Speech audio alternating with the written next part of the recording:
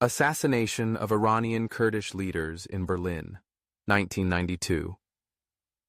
On the night of September 17, 1992, the bustling streets of Berlin's Charlottenburg district were about to witness an act of ruthless violence that would reverberate across the world. Inside the Mykonos restaurant, a cozy Greek eatery that served as a meeting point for political dissidents, a group of prominent Iranian Kurdish leaders gathered for what they believed was a routine discussion about their cause. But what they did not know was that death had already been invited to the table. Moments later, gunmen stormed the restaurant, opening fire with brutal precision. When the chaos subsided, 4 men lay dead, 3 of them high-ranking members of the Kurdish opposition. This was not a random act of violence. It was a meticulously planned political assassination carried out by operatives linked to Iran's most feared and efficient force, the Islamic Revolutionary Guard Corps, IRGC. The victims of the Mykonos assassinations were no ordinary dissidents. Among the dead was Sadegh Sharafkhandi, the Secretary General of the Democratic Party of Iranian Kurdistan, PDKI, along with his colleagues Fatah Abdoli and Homayoun Ardalan. These men had dedicated their lives to advocating for the rights of Kurds in Iran, exposing the brutal suppression their people faced at the hands of the Iranian regime. Their voices were a thorn in Tehran's side, and their growing influence posed a direct challenge to the Islamic Republic's authority. The IRGC and the Ministry of Intelligence and Security, MOIS, had long viewed Sharafkhandi and his associates as existential threats that needed to be eliminated. The planning behind the Mykonos assassinations was as meticulous as it was sinister.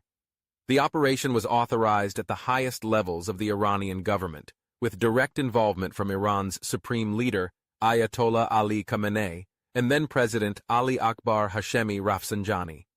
The mission was clear: neutralize Sharafkhandi and his colleagues to cripple the Kurdish opposition and send a chilling message to dissidents worldwide.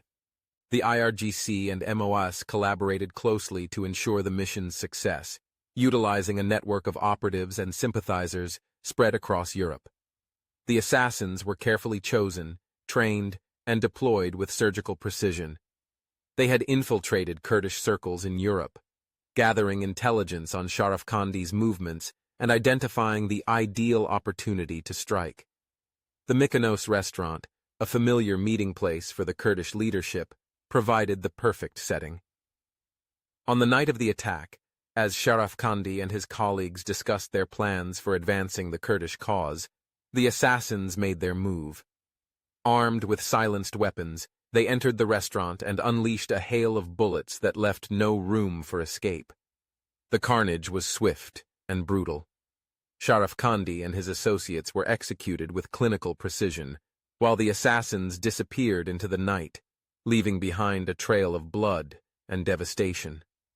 But while the gunmen vanished, the fingerprints of the Iranian regime were all over the crime. German investigators, determined to bring the perpetrators to justice, launched a thorough and uncompromising investigation. What they uncovered was a tangled web of Iranian operatives, shell companies, and diplomatic cover that pointed directly to Tehran. As the investigation unfolded, German authorities identified the mastermind behind the attack, Kazem Darabi, an Iranian national with ties to the Iranian intelligence apparatus. Darabi had orchestrated the logistics of the operation, ensuring that the assassins had everything they needed to carry out their deadly mission.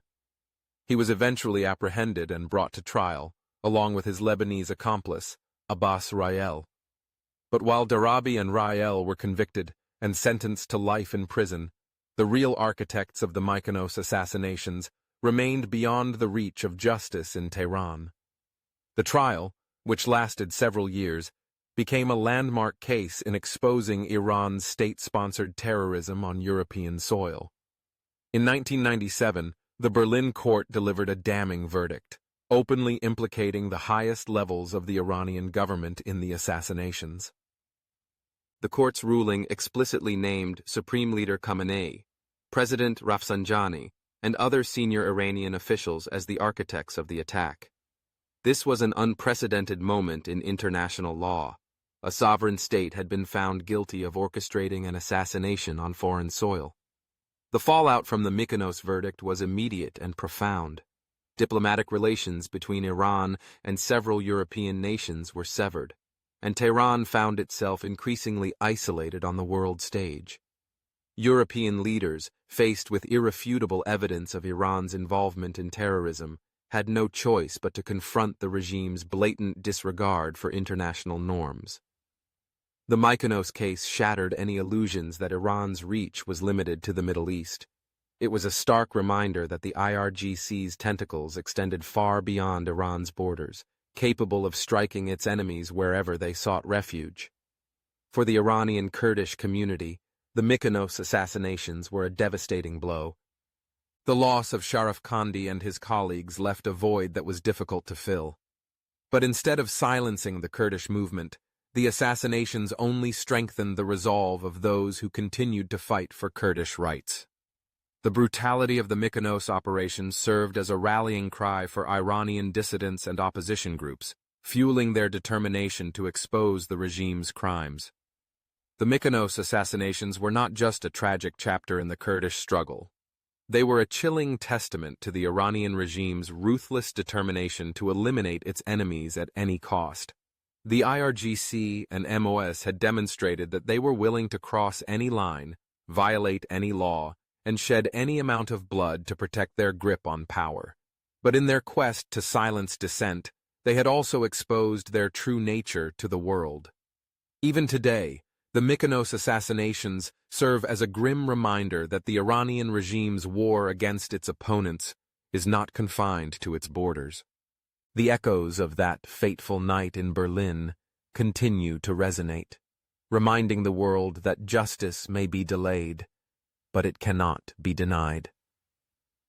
The blood spilled at Mykonos may have stained the streets of Berlin, but it also illuminated the darkest corners of Iran's state-sponsored terror machine, a machine that remains active, relentless, and unrepentant.